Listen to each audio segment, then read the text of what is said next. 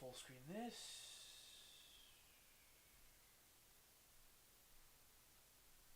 Search up.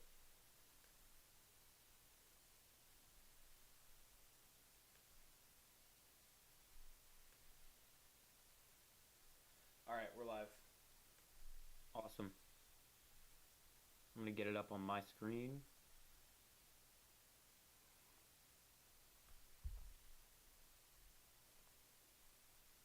Right? Yeah, we're Alrighty. good. Okay, cool. I'm gonna shut the door and turn the light up. Ugh.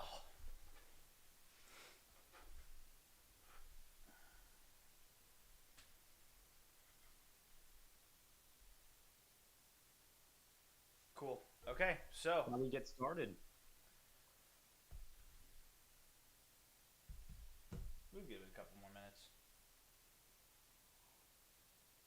So while we wait for some people to join, um, you like my F1 bet for the I day? do. I think the only issue would be you need Verstappen and Norris to finish top two. Both of them. If it Well, was yeah. just one of them, I'd be like, oh, easy peasy. But it's both. So Well, like I said, I feel like they're just gonna break away from the rest of the pack because I feel like they'll make turn one and then everyone else is gonna get destroyed yeah, or something's gonna happen. Um, yeah, we'll see. But but yeah, it'll be interesting.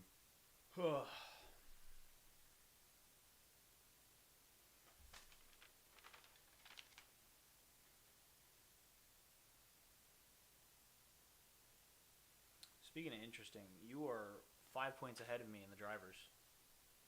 Oh yeah. Yeah. But okay, I think we can get started. Yeah, we might as well. Cool. All right.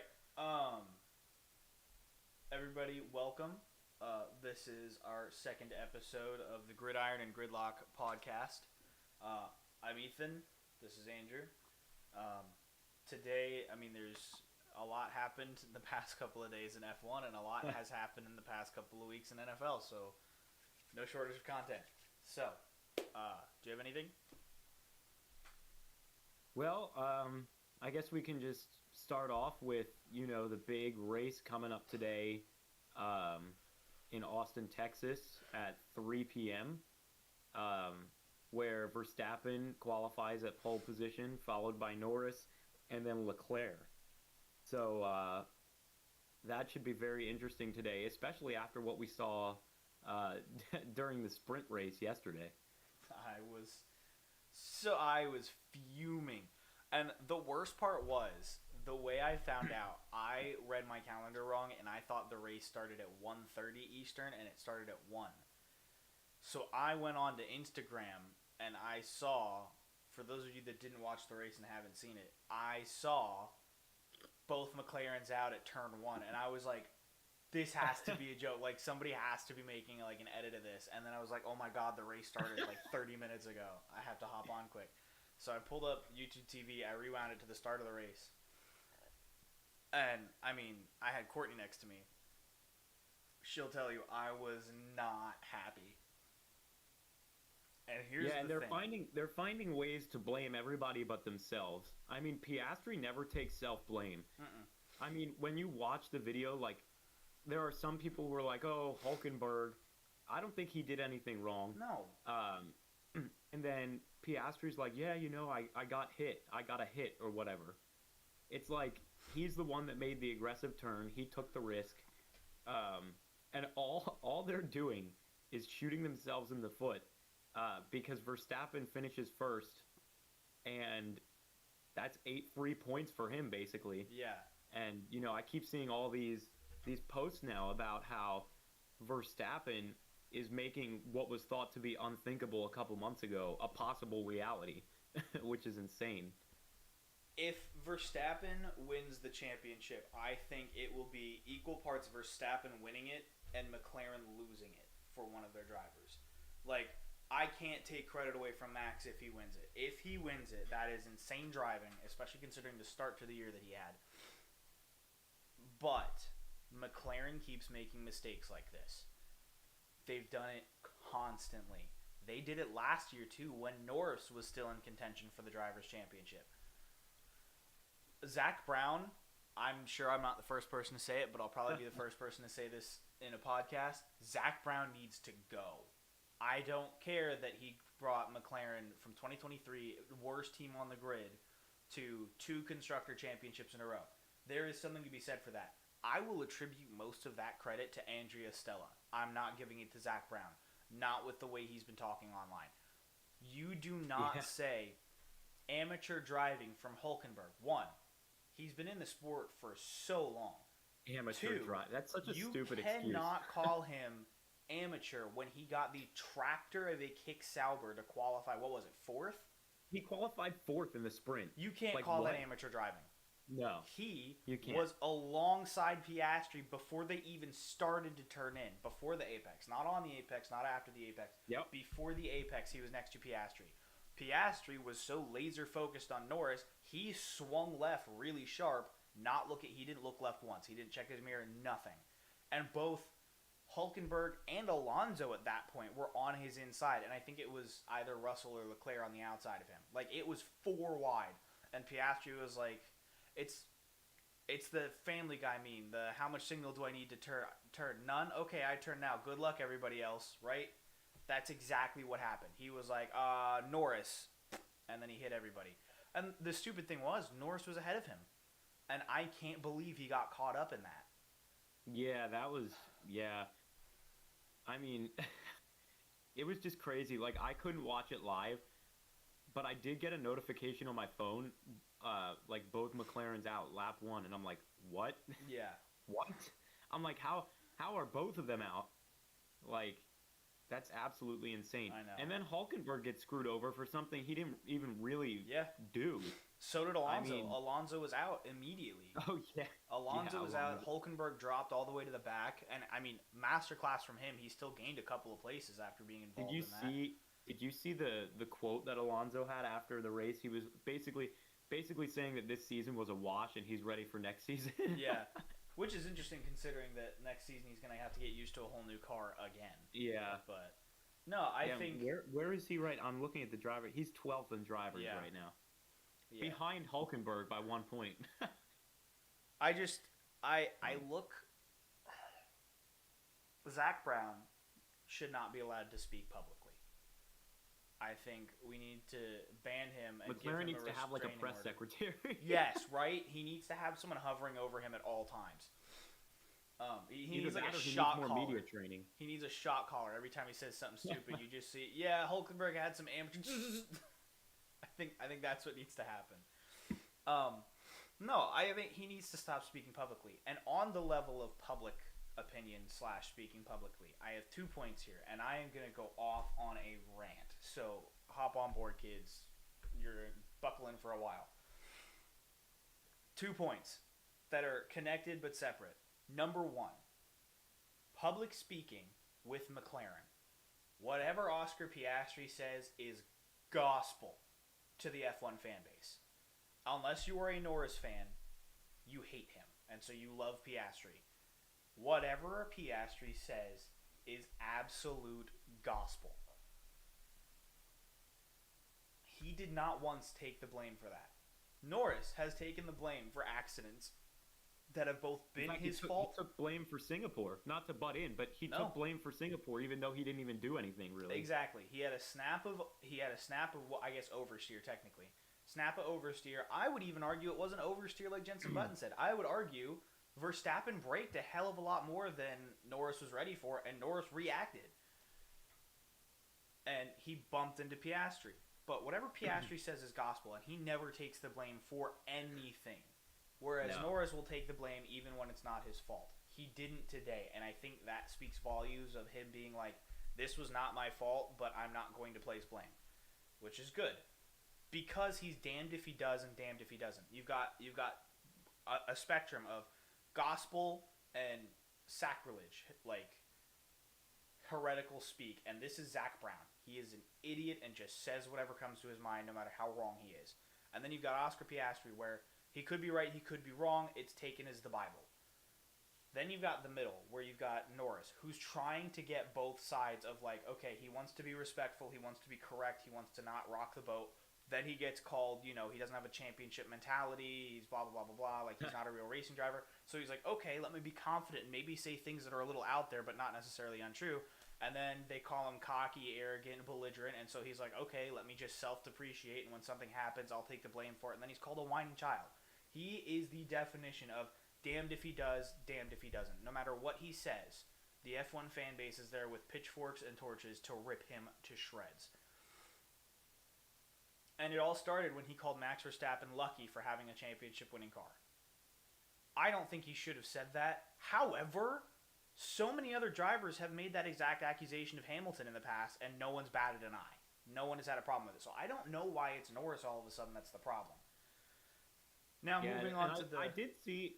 Go ahead. I did see some comments defending Norris, but they're few and far between. Exactly. Like, one comment that got a decent amount of likes was, let's see how they're going to spin this on Norris now after the incident yesterday. It's just like, I think people know. I just think the Piastri fans are just like, you're right. Like, whatever he says goes. Yeah. And it's just like, yeah. I think another aspect of that is the level of, like, I looked online. Because whenever there's an accident involving Norris or Piastri and or both in any way, shape, or form, there's always comments. And I think Singapore, everybody was like, Norris is too aggressive. He shouldn't be driving like that. Well, okay, 2 weeks ago you called him, words that I can't say on stream, basically a scaredy cat, and saying that he's not aggressive enough to be a championship driver. Now he's too aggressive. So make up your minds. But I went online and I was like, okay, here we go. Let's see what happens. Surprisingly enough, I didn't see any attacks on Norris. I think it was very clear he was a bystander. I don't think anyone's going to spin this to be his fault. However, I saw a lot of, Piastri's at fault. Yeah, Piastri's at fault. It happens. What do you mean it happens? If Norris were to do that, you guys would be trying to find him at his house and kill him. But when Piastri does it, it's... Oh, man. It's, aw, precious baby, it's okay. Yeah. No, I know. There's definitely a double standard going on in McLaren, and I think it's destroying them internally. Like, Verstappen, I would not be surprised if he won today. I wouldn't And either. by the way, if he does win, can we talk about how he's going to be over 300 points if he wins today? And depending on where, Piastri qualified 6th, he's going to have to get past both the Ferraris, Russell, to even get podium. Yeah. So it's just like... I know the Ferraris are inconsistent. However, because they've been qualifying well this weekend, I think for this track, they might be suited pretty well for today. Well, and one thing I've noticed about the Ferrari specifically is their car is very good at, like, wheel-to-wheel, not to quote the F1 movie, but combat. Like, they're good at following in dirty air. They're good at making overtakes. They're not great in qualifying. Like, they did well. They barely scraped through to Q3 both times. But I think... yesterday's sprint race was a perfect example. Like, they have pace in a race. They're good at the dirty air. They're good at fighting. Like, I don't see McLaren. McLaren has not shown a lot of strength this track. And I'm not even talking about wrecking each other at the race. They were dominant in qualifying, but I'm looking at practice, and I don't know. I just think they were not nearly as dominant as they have been at other tracks. I don't think Piastri makes it to... third. I don't think he gets a podium. No. I do think Lando finishes first or second, though. Yeah, me too. He's starting on the inside. As long as he gets past turn 1 without getting scraped by anyone. Again, I talked about this earlier, but what I foresee happening is Verstappen's going to make the turn, fine, he's gone. Norris will make the turn, he's probably gone.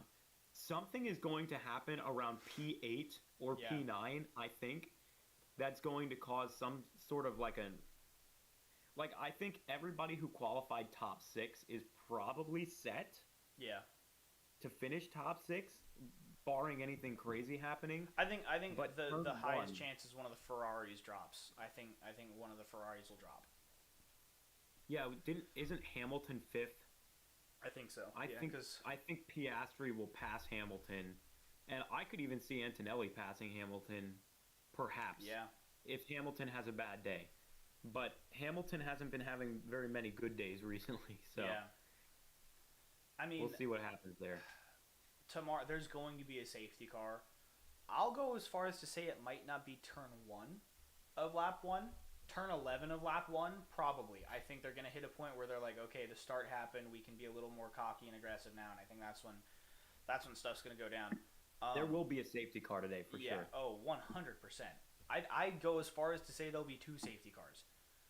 I think this is a track that there's several sharp turns. I mean, turn 1, turn 11, turn 12. You've got insane, and they're all left-handers.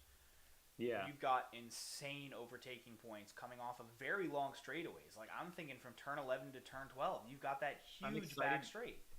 I'm excited to see the DRS trains into those turns today. Yes. Oh my gosh, yes. And, That'll you be- know, the S's, depending on, so like that giant American flag that's off in the distance past Yes. turn 1, if you're looking at turn 1 going up the hill and it is off to the left, like you see it blowing towards what's called the S's, which is that back and forth. Yep. Ton of tailwind. That's going to really mess with the downforce in the back end of their cars. They're going to have to be super careful, which we saw in qualifying yesterday. Well, I mean, I so will many say, cars were going off the track. I saw some Hulkenberg film. He looked great on those S turns Exactly. yesterday. Like, he was on fire yesterday. Yeah. Now, I know he didn't qualify super high. I think, what is he, 12th or something? I could see yeah, him I think he finishing in missed the out on points top. today. It's Yeah. possible. It's possible he finishes in the points. I hope he does. He deserves it after yesterday. Yeah, you're right. He does. And you know, But go ahead. I was just gonna say, I wanted to pull something up super quick, so you could say what you wanted to say. I'm looking at, you know, the Lando Norris situation here specifically because Singapore, he makes an aggressive move. I won't deny that it was an aggressive move. Max Verstappen does it all the time, and everybody's honky-dory with it, right? He bumped Piastri. Piastri lost a single position. Wasn't even close to hitting the wall. Nothing. And it was fine. Like, I mean, Norris got attacked. Like, ripped to shreds online. Piastri just made a boneheaded move that took out himself, Norris, damaged Hulkenberg, and took out Alonso. I mean, basically took Hulkenberg out of the race. Let's Yeah. be real. He took Hulkenberg out, No. out of race contention, Yeah. or like point contention. Right. And I've seen, it's his fault. It's his fault. It's okay, though. No, you don't get to want to run Lando through with a sword for bumping Piastri a little bit.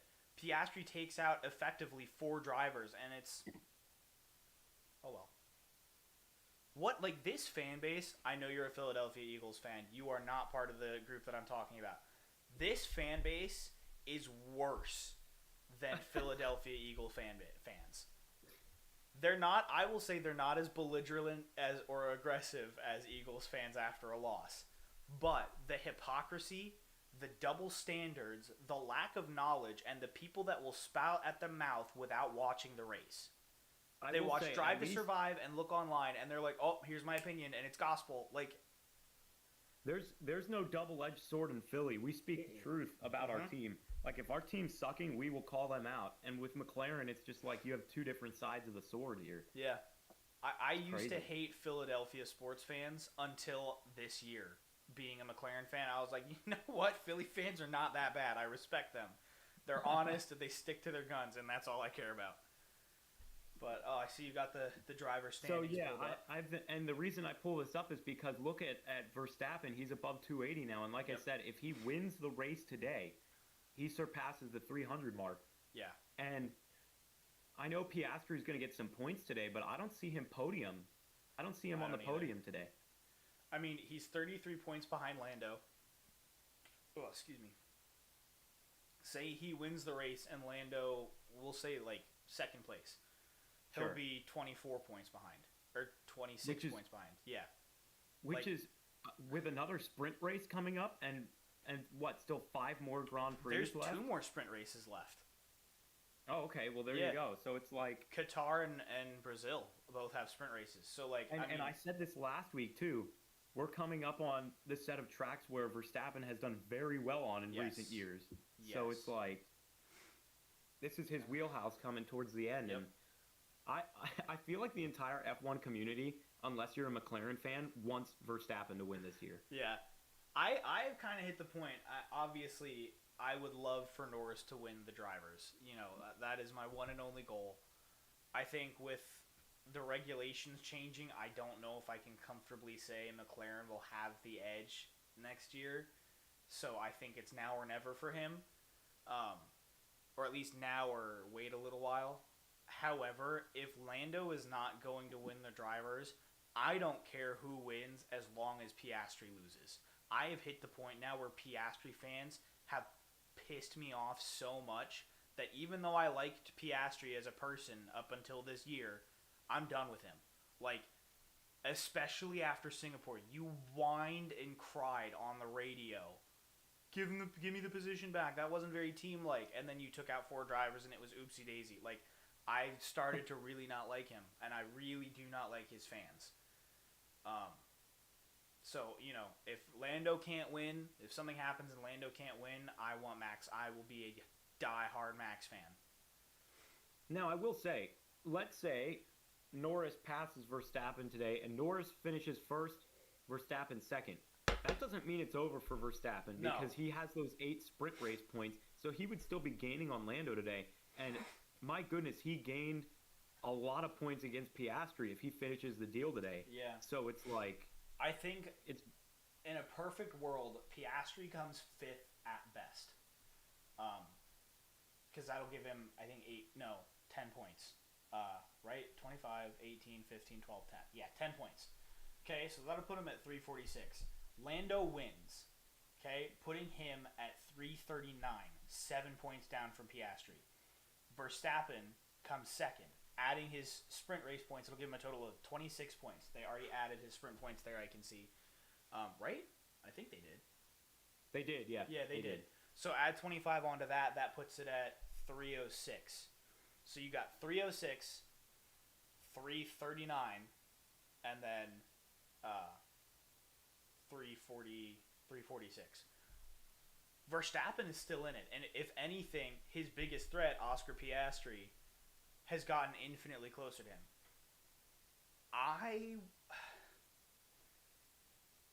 I think there's a world, especially with Piastri's composure crumbling the way it has been lately, and he's making mistakes both on the track and off the track. I could see a world where Piastri comes in 3rd in the drivers. I could too. I was just about to say that. For 75% of the season, and I could see both, no matter who wins it, both Norris and Verstappen passing him. I could see it too. I mean, Piastri, I just think, like, he started the year so strong, obviously. But I feel like ever since summer break, he just hasn't been the same. Yeah. Like, he's gotten a couple, like a win or two, I think, since the summer break, but, like... He has. He hasn't But, I mean, dominant. he was winning, like, almost every race at the beginning of the year. Other than, I mean, Norris started off with 2, I think, and then Piastri just started taking all of them. But... My prediction is they will all be within 20 points of each other going into the final race of the season, or the final 2 races, or something like that. I think it could come down to the very last race. I think it will. I don't think we see a world where anyone clinches it before Abu Dhabi. There's no way. Not with the way it's been going the past few races. Yeah. I mean, for sure. and like, I have to look at it going back to Monza. So, we're at Texas, so 3 tracks ago. Going back to Monza, you have that slow stop where McLaren tells Piastri to let Norris through. That was McLaren's fault. Baku. Norris doesn't qualify that well. Piastri jumps the start, ends up in 20th, wrecks his car. Norris should have taken more advantage of it. He didn't, but he still got points, so I'll take it. Okay? There's Piastri's first mistake. Move on to Singapore. He gets bumped by Norris, loses his composure, and Norris had a broken wing for the entirety of the race and was pulling away from Piastri. There's hit number 2 to Piastri's confidence. Now you have Texas. We're 1 practice, 2 quali, and a sprint race. We literally just have the main race. Lando was faster than Piastri for the practice, for sprint quali, and for regular quali.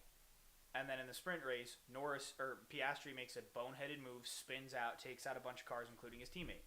That pisses Norris off, and another hit to Piastri's confidence. I think if he doesn't podium today, I think he's going to seriously consider they're going to have to really consider how he's driving, what he's doing. Yeah. And I think he may seriously consider a team swap. Yeah. Now, how about this? I'll throw a prediction at you. What if today Norris P1, Verstappen P2, Russell P3? Could it happen? Yeah. Oh, absolutely. I mean Russell's what, 4th today or 5th? 4th? I think he's starting 4th because Leclerc qualified 3rd. I could see Russell podium today. Yeah. I could see that. Now, I don't think he passes Norris or Verstappen, but no, but that Mercedes is a quick car. Yeah, I think he could get P3 today. I mean, theoretically, I shouldn't say theoretically, mathematically speaking, the top 5 that you see on the screen right now are still possible to win the championship. For Russell, it's just too little too late, but yeah. Wouldn't that be funny? Oh, man. There's no way that happens. No, I mean, he's about the same distance behind Verstappen that Verstappen is behind Norris in the points, and I think he's always kind of been that driver where he's in the driver championship talks on the level of consistency, but either he never has the best car, and there's always a better driver in Max Verstappen. Yeah, right. So I think it's one of those things where, like, he absolutely has the capabilities of being a world champion. It just hasn't lined up for him yet. Yeah. I think same with Leclerc. Like, he has the driver. He is a championship caliber driver. That Ferrari, man, I'm surprised he's still there. Yeah, it's crazy. So, I think, well, it's about 10:30. I think we'll wrap up F1 shortly, unless you have anything else to say, and we can get into Week 7. I mean, the only other thing that I have to say, and this is just as a Lando fan, I started watching in 2021. I locked onto him because he was constantly positive, funny, like hilarious, and he got along with pretty much everybody. I look at him now, and he is a shell of his former self. Like, it has hit a point where I'm like, I don't know why I'm a fan of him. Like, I picked him because he had this personality type, and I like McLaren. Now I look at him and I'm like, who are you? What happened? And, like, I think everybody that is watching now sees this video, even if you have to watch Drive to Survive. I watch it because I think it's a cool little dramatized version of F1. But, like, look at clips. Go back to 2023 and before. He is such a happy-go-lucky, funny dude. And now look what you as a fan base have done to him. Your double standards, your negativity, your pitchforks and torches. He's done. Like, he literally just does not care anymore. So that's what I had to say about that. Let's see what happens in the race. Yeah, let's see. For those of you watching, if you watched this before the race, I placed a bet this morning. Verstappen top 2 finish, Norris top 2 finish, Russell top 6 finish, parlayed 3 legs. That's my F1 bet of the day. What do you get? How much did you put on it? Not much. I just put like $5 on it, but it was plus 110 odds, which is cool. Yeah. And yeah, so we'll see what happens. But moving on to Week 7, lots of stuff happened in the NFL world since we last Sunday. If you'll just look at the first seed AFC Indianapolis Colts and the first seed Tampa Bay Buccaneers, and that's pretty insane. You can thank my Falcons for the Bills not being the number 1 seed anymore. Yeah, and the Falcons are creeping up. They're 8th in the NFC now, so they're creeping in. But would you like to go over our Week 7 predictions? Can we talk about Week 6 first, specifically? Oh yeah. We don't have to talk about your game. Let me go back to Week 6 so we can look at these results. Okay. First of all, the game. Let's talk about your Eagles and Giants game because we didn't really. I think the wound was still fresh when we did the podcast last week. Yeah. I think we had a random breakout game with Jackson Dart and Cam Scatabo, and I think it was unfortunate that it was against the Eagles, but I mean that's what happens in division rivalry games. Um, so I don't take that as any more than just divisional game magic. I don't know about you. Divisional game, and the Giants were at home. Yeah, So, I mean, we'll have to see what happens today. But yeah, I think the Giants just came ready to win that game. Yep. And the Eagles did not. yeah. I think everything else we were pretty good on the predictions, except for your Miami Dolphins. I called Hey, it. they were close. They were close. But Tua Tagovailoa, again, throws like Yep. 2 picks. Yeah, And it's just like, you were correct on I- your Chiefs. oh, yeah, that Chiefs game. Yeah, there was a big fight at the end of that game, too. Yep. Yeah. Who did Yeah. the Bears play? Why can't I scroll over? This is annoying. I'm like trying to, and there's no like side scroll Is bar there a way either. to change the view?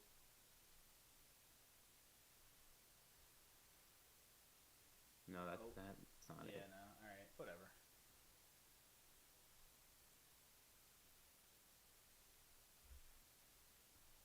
Who did Wait, the Bears hover- play? hover- They played the Oh, Washington Commanders. Commanders. Okay, I think we got that one wrong. And boy, did we get the Falcons Bills game wrong. Oh yeah, yeah. And How I- about the Falcons? So they came off a bye, which I guess helped. I don't know. Can we talk about the possibility of playoff contention? Because they're 3-2 right now. This is the first time I think they've been above 500 since 2016. I'm sure that's not actually true, but it feels like that as a Falcons fan. You lose to the Buccaneers by Oh, it's 3 all points. the way down here. There it is. There we Sorry. go. No, you're good. It's like all the way at the bottom. Anyway, go ahead. You lose by 3 points to the Buccaneers off of a missed field goal that would have sent it into overtime from Young Waku. Okay, so you almost Yep. beat the current number 1 seed in the NFC. The other loss that they have is a random fluke to the Panthers, who are 3-3 and like not as bad as we all thought they would be. You beat the 3 teams that you win all went to playoffs last year, 2 of which won playoff games in the Commanders and the Bills. You're, I think, second in the NFL for yards allowed in defense. Like you're the second best defense in terms of Yeah, yards allowed. the defense has been crazy good. Oh my God! I mean, Caden Ellis came out of listen, nowhere. The Panthers game. Listen, I'm not gonna blame the defense on that when the offense did nothing. They scored nothing. Nothing. And it They was a did nothing. divisional rivalry game. Yes. Divisional game. I think their rivals are just the Saints, but Yeah. I don't think they lose both games to the Panthers, so I think the next time we see them, I think that'll be a win. I don't think they're splitting to the Saints. And I think they have a chance. That last game, and not last game, but their last divisional game in December against the Buccaneers could determine playoffs.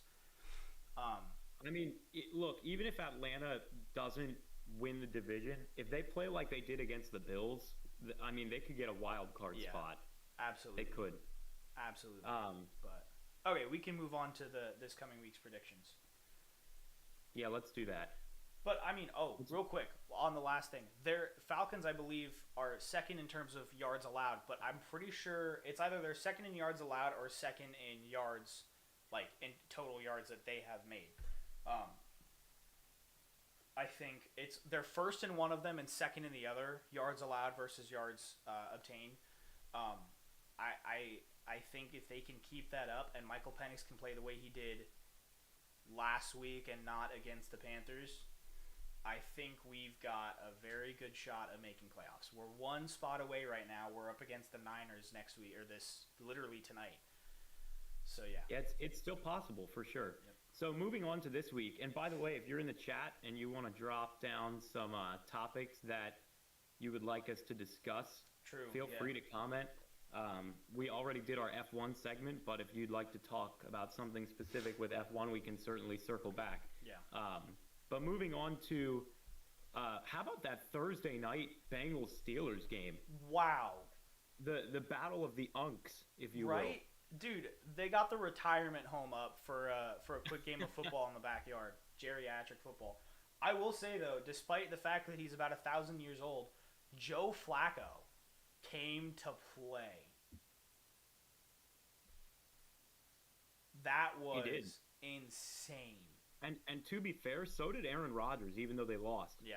I mean, Rodgers looked like prime Rodgers Thursday night. Yes. And to be honest, Rodgers is not the reason that they lost that game. The Pittsburgh defense that has like I want to say a top 3 defensive payroll in the league. Yeah. I mean, I get that the Bengals are a good offense and Joe Flacco gives them a little bit of life, but I mean still like the Steelers defense just completely let them down Yep. on Thursday night. I would agree with that. But yeah, that was a pretty great game. And currently, the Rams I are was about beating to say, the what's Jaguars. the game that's happening now? Um, I see that. Let's just say that the Rams hold on to win I that think Rams win that easily. because I would have picked them to win anyway. I think they're going to I win. had the them division. winning this week anyway. I think they 100% win NFC West. I don't see a world where anybody else.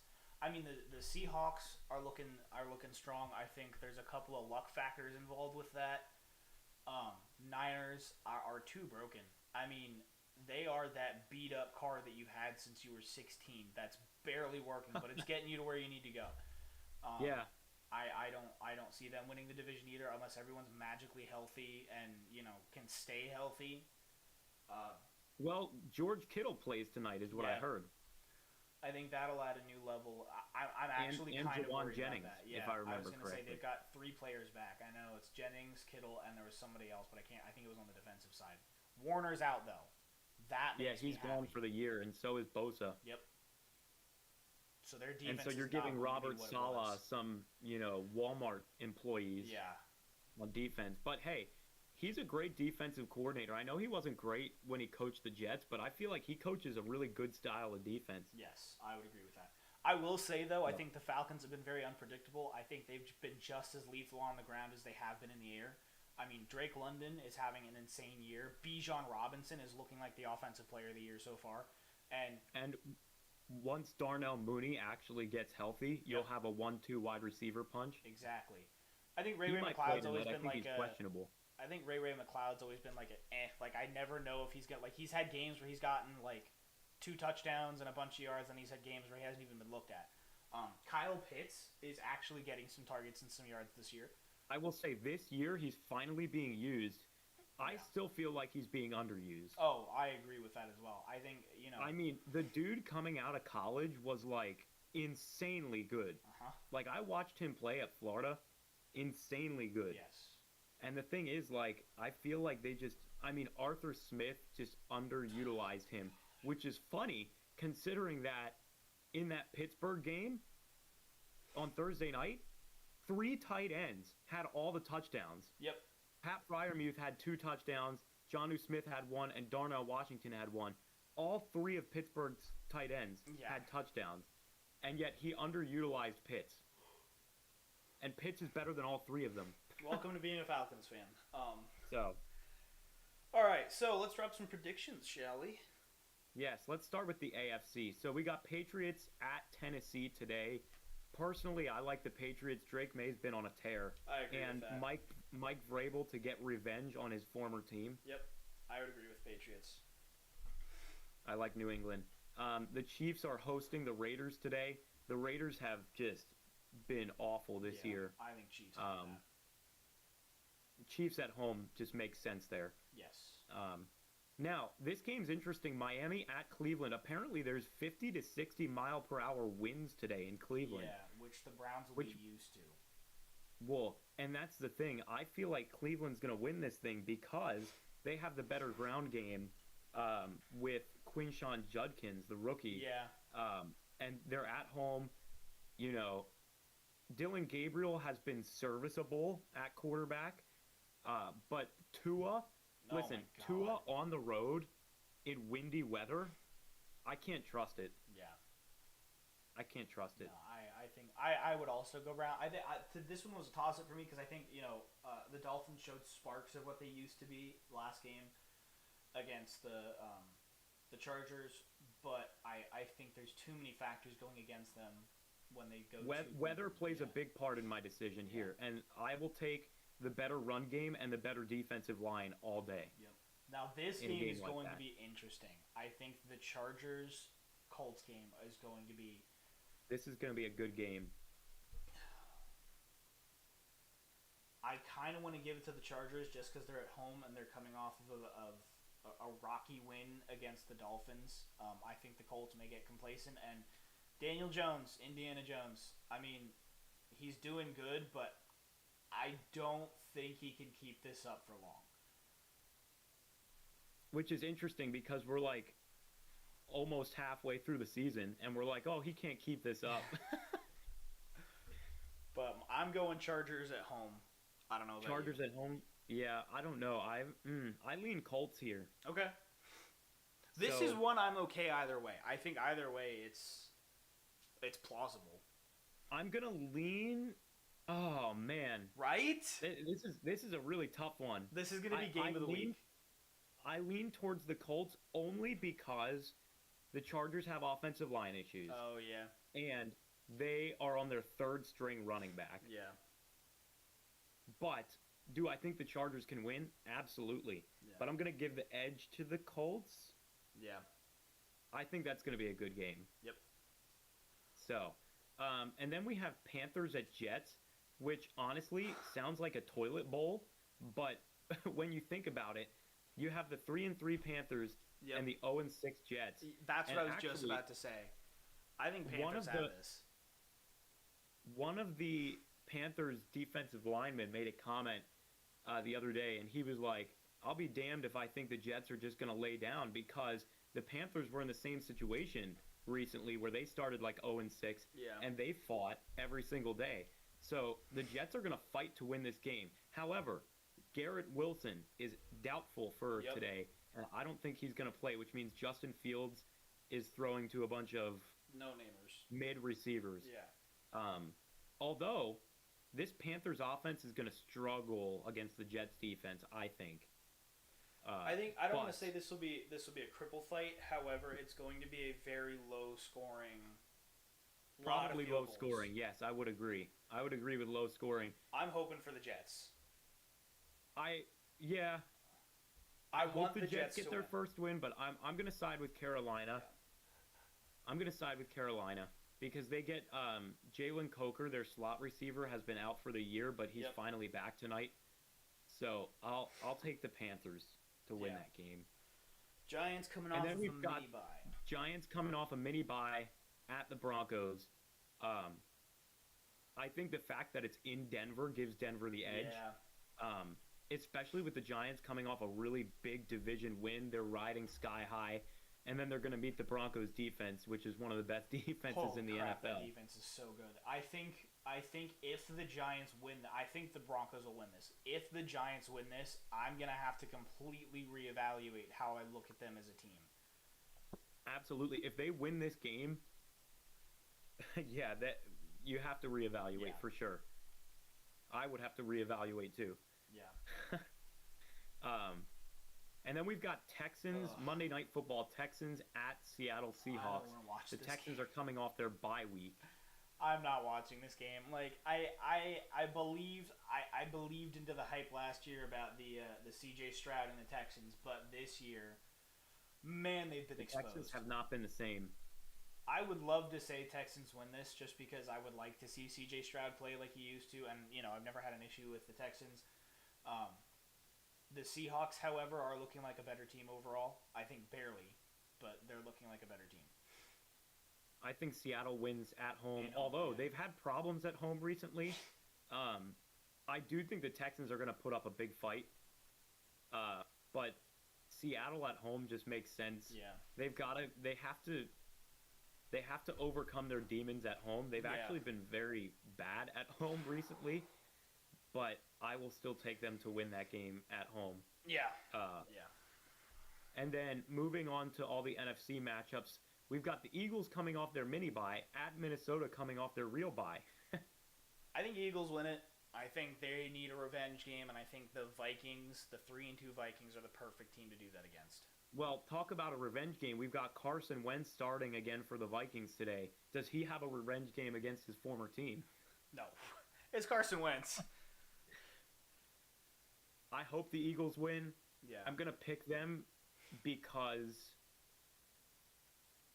I think they finally figure out something on Yeah. offense that's less predictable. If the Eagles lose this game today, I have no faith in them. Yeah. I have zero faith in them. Well, yeah, if 'cause they they'd lose be 4-3 three games in a row, I maybe this is me as a Philly fan, but I have no hope for the season if they lose this game. Yeah. No, I would agree. I think, it's plausible that the Vikings win at home off of a full bye with Carson And Wentz they revenge. do have a very good defense. It's possible. However, And the Eagles' corners have not been great this year, yeah. and so Justin Jefferson is going to have a massive day. I can already see that happening. Yeah. But Saints, moving on, we've got Saints at Bears. I'm going to take the Bears at Bears. home. They've been Yeah. actually looking pretty decent. Yep. I could see the Saints winning this game, but the fact that it's in Chicago, I'll give them the edge. Yeah. And yeah, that's all I have to say about that one, really. Yeah. Jacoby Brissett is starting again today for the Cardinals. Kyler Murray is out. I gotta go Packers. So go Pack go, right? Yep. Yeah, they'll win that game. And then this one's a big one today. Washington at Dallas. And personally, I don't know. I think Dallas wins. I think Dallas wins, and here's why. Washington does not have Terry McLaurin today, and they don't have Deebo Samuel. That's right. They have both of their top receivers are out. Both of their you're top right. receivers out. They're in Dallas. Dallas has a decent Dallas's defense. offense is insanely good, and here's what I think. This game's going to be a shootout, but Washington's offense will not be able to keep up with Dallas's Yeah, because they're losing their best two wide receivers. That's Yeah. my prediction. I'd agree with that. But Let's that move. doesn't change my mind on the fact that Dallas's defense is horrible. Yes. It literally is last in the league. Yes. It's horrible. But Washington not having their best two receivers today definitely helps Okay. for Dallas. Yeah. Can we jump to the Bucks-Lions game? I want to save the Falcons Sure. game for last. Sure, yeah. Bucks at Lions. I do think the Lions win this one at Me home. too. Jared Goff and the Lions at home are nearly unstoppable. And I know Baker Mayfield has been on a tear. However, Emeka Egbuka is probably out tomorrow night. Yep. Chris Godwin is out. Yep. Mike Evans is out. Out. So it's like they're throwing to a bunch of receivers, just out of college, basically. Well, and even when they had all three of those receivers, I don't want to say they were pulling wins out of their butts, but I mean, They won a lot of close games, Yeah, they weren't exactly dominant performances. A lot of them they were trailing until they came back. Right. I do think Lions take it at home. I'm about to be the biggest Lions fan you have ever seen in your life. Oh, I think at home, I think the Lions have this one for sure. They're very comfortable when they're at home. Yep. And Jared Goff just looks like Yeah. a different human being when he's playing in that dome. Yep. So, all right. Well, I'll let you take this one since this is your big battle this week. I think the only thing going against the Falcons going into this game is it is in San Francisco. I would agree. I think, knock on wood, they have a better offense right now. With the Niners' loss of Fred Warner, they have a better defense right now. I think if they can string together the game that they pulled off against a almost fully healthy Bills team, they can beat the crippled, barely surviving 49ers. Yes, Kittle's back. Yes, Jennings is back. But, I mean, quarterback is still Jones. Mac Jones, right? Well, I think doesn't Purdy have a chance to play tonight? I think or it's no? Did they I thought it rule was Mac? doubtful. I I think could it be is wrong. Jones. I think you're right. I think it is Mac Jones. I think the Falcons' D-line was terrorizing Josh Allen last game. I think if they do that to a not nearly Josh Allen level quarterback in Mac Jones, I think he crumbles. I think the Falcons O line is what I've really struggled with lately. In terms of like, I think their weakest point is their O line. I mean, you've got Lindstrom, who's like, they've got some key name players on both sides of the trench. However, their O line, I think, is what I am most worried about. However, with Bosa, Warner, and I think there's another D lineman on the Niners that's out. I could be wrong. Maybe he's back this game. I don't remember who it was, but I remember seeing that like there was a bunch of defensive players out for this game. I think Penix will have more time, which will help calm him down. I've noticed he is not good when he's under pressure a lot. So I think Falcons So win what's that. your pick? I You think the Falcons win? that. Yeah. I don't know about you, but I lean towards the Falcons, but I would not be surprised if the Niners win this game. neither would I. Neither would But I. I will give the Falcons the benefit of the doubt that they're going to play the same way that they did against the Bills. Yeah. But I do think it's a close game. I think it's a Yes. one-possession game. I think there are three really good-looking games this week that are going to be fun to watch. I think the Colts-Chargers game is going to be fun to watch. That's going to be a close game, yeah. The Bucks-Lions game is going to be fun to watch. Call me crazy, I think the Falcons-Niners game is going to be one hell of a game. I think it is going to be a very defensive battle. Yeah, I agree. I agree. We got some good ones. What would you say would be your lock of the week? If you had one guaranteed W of the week, what game would it be? I'm not going to pick the Rams-Jags because it's happening. That would have been what I picked, though. I think my lock of the week will be the Chiefs-Raiders game. I think Chiefs. I was going to say the same thing. I was And going to say if the same they thing. do, The they Chiefs are at home. not the Super Bowl contending team. I don't think they are now, but like they're definitely not the Super Bowl contending team that everybody's hyping them up to be if they lose to the Raiders at home. Yeah, no, they'll win that game. I think I would not be surprised if they win that game by 10 plus. Yeah. Geno Smith looks horrible, and he's throwing at least. I think he's averaging like 2 interceptions per game almost. Yeah. No, the Raiders just turn the ball over too much, so the Chiefs should have an easy win. What about you? What's your lock? My lock is also the Chiefs, and I guess we don't really have any upsets here. If think I the had biggest, to pick an upset, I would pick the Texans at Seattle game. I think maybe Stroud finds his stride. absolutely, yeah, I think can see that would that be a being good an upset pick. Yeah. Yeah, I agree. So if all of our predictions come true, this is how the conference would look. Both conferences would look after week 7. The Colts would still be 1. How about the New England Patriots at 2? Oh my gosh, this is insane. Yeah, and then if we look over the NFC, the Falcons slip into that 7th seed with a win this week. If they lose, I mean, they'll be 3-3, which is still possible. But then I need the Panthers to lose, and I really need the Bucks to lose. Either way, I need the Bucks to lose. But yeah, I mean, when the Bucks get healthy, they're going to be a top 5 team in the league. I think honestly, Bucks get healthy, I see them in the NFC Championship. I don't think the Falcons are making it past round 1 of playoffs, but it would be nice to see them in playoffs. So. Is there a world where the Jets go 0-17? Maybe. I mean, if they play teams like the Giants or the Saints or the Titans, again, I think no. But hell, if it's just so funny to look at the bottom of the league. I mean, look at the Ravens. Right? 1-5. I mean, nobody saw that. I get that Lamar's hurt, but like, still, you'd think you'd still be able to function as a football team. Well, and he's been hurt for what, 2 games? Yes, right. This will be his 2nd game.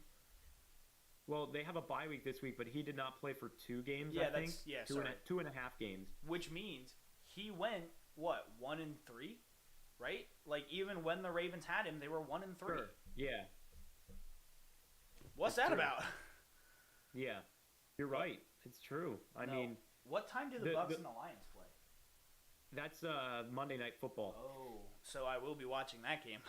So that's on at I think it's 1 hour later than the Texans Seahawks, or vice versa. I think the Seahawks one is later. But so the divisions would look like this. Oh, and by the way, the Packers would be the 1 seed. By the way. Yeah. This is how the divisions would look. Yeah. The AFC East it's going to be between Patriots and Bills for sure. Which I wasn't Um, expecting. I think the AFC West, that will be a very. I think if any division is going to have 3 of their 4 teams in playoffs, Oh, it'll be yeah. the AFC West. Oh yeah, because I still think the Chiefs are going to make the playoffs. I think They're both gonna make the Wests. playoffs. I think both the AFC West and the NFC West have some strong contenders.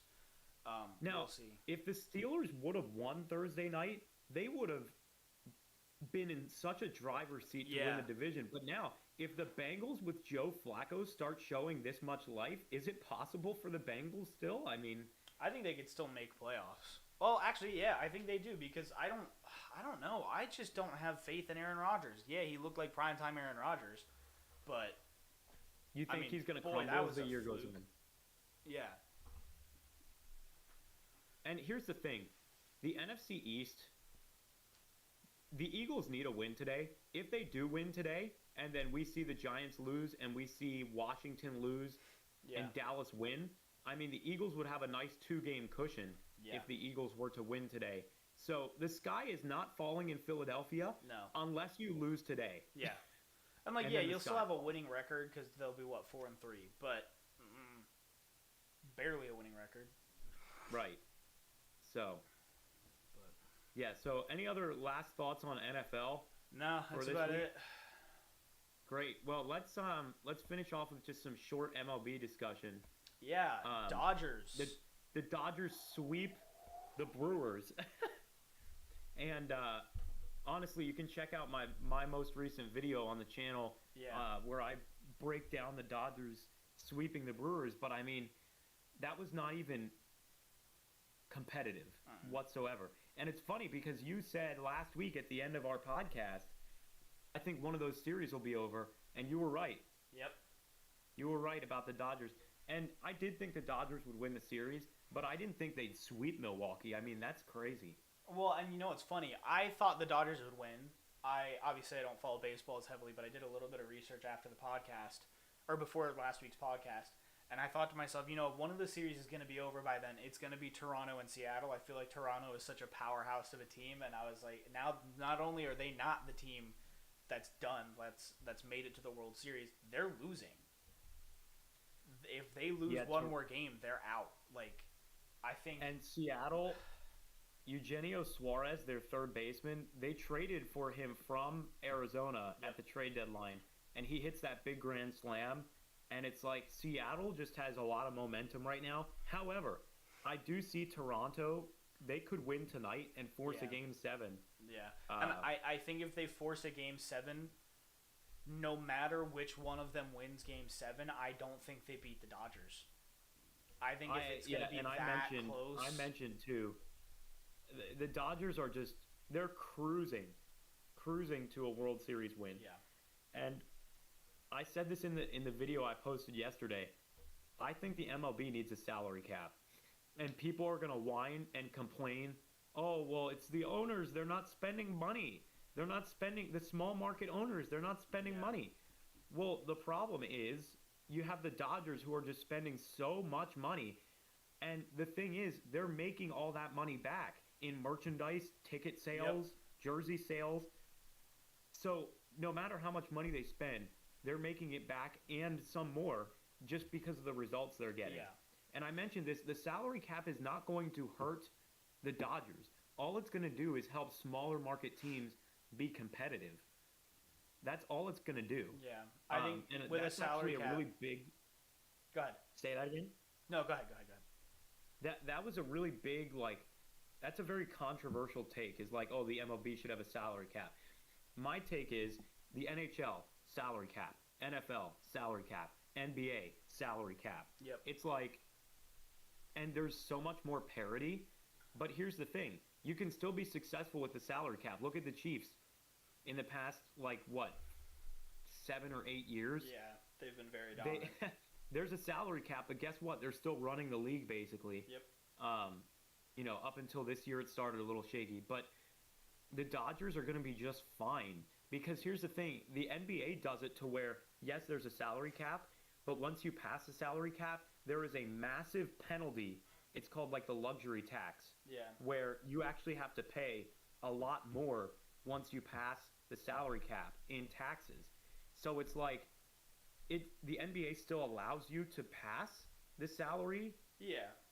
cap, but when you do, you are like heavily penalized Yeah. in tax money, which MLB has a similar thing, but not to the same degree at all because there is no salary cap. So it's like when you spend X amount of dollars in the MLB, it's just like a slap on the wrist. Like, oh, you have to pay this much money. Yeah. And it's just like big market teams like the Dodgers and Yankees, that's pennies in a bucket to them. So it's Exactly. like, I do think MLB needs a salary cap. Do you have any Yeah. any thoughts on that? On I the mean, I'm salary cap. very passionate about that take. No, you're good.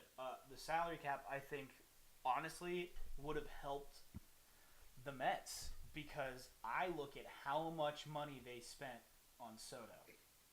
If there's a salary cap, they think twice about doing that. Do you know what I mean? true. And like he was not nearly as good as he should have been for how much money they spent on him and what they were expecting. They were expecting to make playoffs. I think they would have thought twice about that, and they could have invested in other needs. You know, like Well, pitching. See, that's the thing. If you add a salary cap, it actually forces teams to think about, okay, how am I going to budget my money? Where am I going to allocate my resources? Yeah. The Dodgers are just throwing a freaking party like to every single free Yep. agent. It's just like, hey, come over here. We'll pay you millions and millions of dollars. because they can. And I'm not saying the Dodgers aren't a fun team to watch, but I'm sorry, when you have an all-star team, Well, kinda gets Judge, annoying. Soto, or no, not Judge. Shohei Ohtani. I don't know why I said Judge Shohei, and Soto. Freddie Freeman, Mookie Yeah. Betts, it's just like you're fielding an all-star team every year. And it's just Oh my like, God, dude. you could call me salty because, the Phillies lost the series. Hey, I'm not they're the talking only about team that. to. The Phillies have their own problems. Yeah. And I'm leaving the Phillies entirely out of this. I think there needs to be a salary cap. Phillies are the only It's team not to going to give hurt. the Dodgers It's a not going loss to in hurt the playoffs. top teams. No. It's not going to hurt the top teams. All it's going to do is make it so that the lower spending teams, they're going to spend more now because there's a cap, Yeah. and so they'll be more competitive. And it forces the bigger market teams to think twice about, like you said, signing big name free agents. Yeah. I think it's necessary because I also mentioned who wants to watch the Colorado Rockies and the Chicago White Sox suck every single year. Yes. It's like going into the MLB season, you can name the teams that are going to suck because there's no salary cap. Yep. You can literally essentially just pick out the teams that are not going to make the playoffs. It's like, why are we even playing the games then? Yeah. I mean, we all knew the Dodgers would win the West this year, and we knew that they would make it far in the postseason.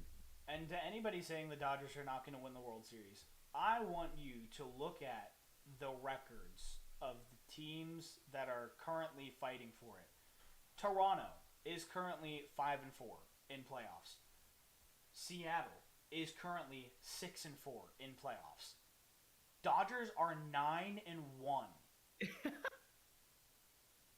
They are on a heater. What? They're on a heater. That is unheard of. They swept 2 of the 3 series that they've played in postseason. That is almost unheard of.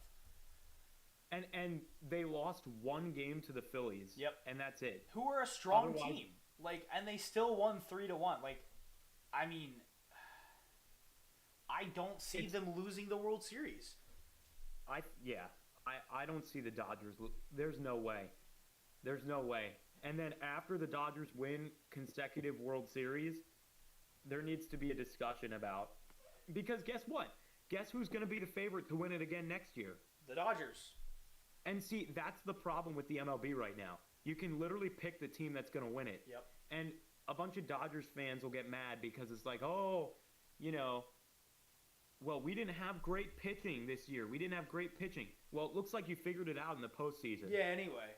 No, I don't want to hear it about the not good pitching. Oh, but we were the 3 seed. We were the 3 seed. You beat the 2 seed and the 1 seed. Quite easily, Yeah. I may add. Quite easily. Very easily. Milwaukee, that series was boring.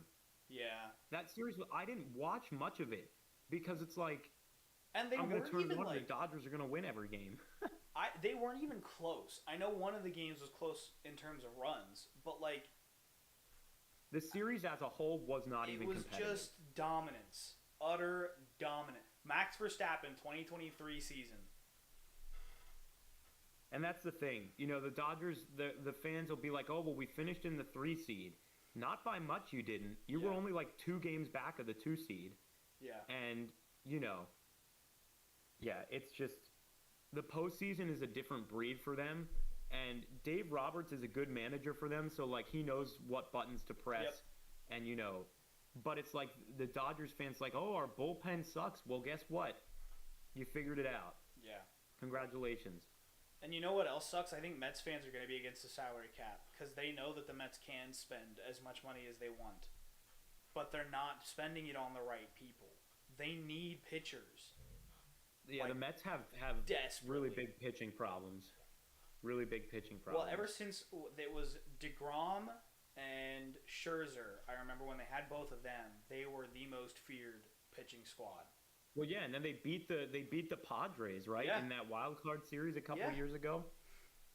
Or no, they lost to the Padres. Never mind. No, they beat the Phillies They beat the Phillies last and year. then lost to the then lost. Yeah. Yeah. Jesus. But it's crazy because you look at this and it's like, okay, we knew the Yankees would be in it this year.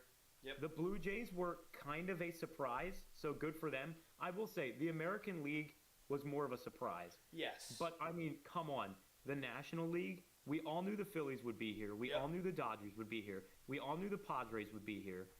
I mean, the Brewers, we all figured Milwaukee would be here. Yep. The only real surprises in the National League were the Cincinnati Reds and Cubs. maybe the Cubs. I mean, the Cubs had a lot of good additions in the offseason, so it's like even the Cubs didn't surprise me too much. Yep. But like I do think the salary cap makes it so that smaller market teams can compete, Yep. and then the big market teams, they still get to spend however they'd like. There's Yeah. just a bigger penalty for them now. Yes. No, So I like that. that's my take. I like that. So, yeah, we'll see the Dodgers probably versus Seattle, Yep. but we'll see how that series ends. Oh man. Crazy stuff. All right. Anything I- else for today? I think we covered I'm done. pretty much everything. I was gonna say I have nothing left. The race is on in a few hours. Yep, and we got NFL action in about 2 hours from now. Yeah, I will only be watching. I'll be keeping track of the Panthers score, but I'm only watching the Niners Falcons game, and if I can, the Bucks Lions game. Yeah, I don't. Yeah, really- I'll be watching the Eagles, of course, and then I'm definitely gonna also watch the F1 race. Big race today. We'll see what Verstappen does. 'Cause that's at what 3, I think. That's at 3, yeah. That's at 3, from 3 to 5 ish. After that, and then this is just for here. I'll end the live quick because we'll do our outro quick because then I want to talk to you about something. Sure, yeah. So come back 10 Thanks for a.m. joining us. next Sunday. Andrew here has been posting mini videos. I'm gonna start doing it now that I'm done. I've caught up on editing all of my other videos for my other channel. So yeah, thanks for joining us. We appreciate you. Share us to all of your friends. 10 a.m. next Sunday Eastern Time. Don't be afraid to drop comments below so we can talk Yeah. about some other things that you'd like to talk about. Even if it's about sunflowers, I don't care. No, actually, don't do that. Sunflower seeds. We'll talk Ooh. about that. Call me crazy. Pickle flavor, disgusting. Anyway. That's the take of the day. Yeah, exactly. But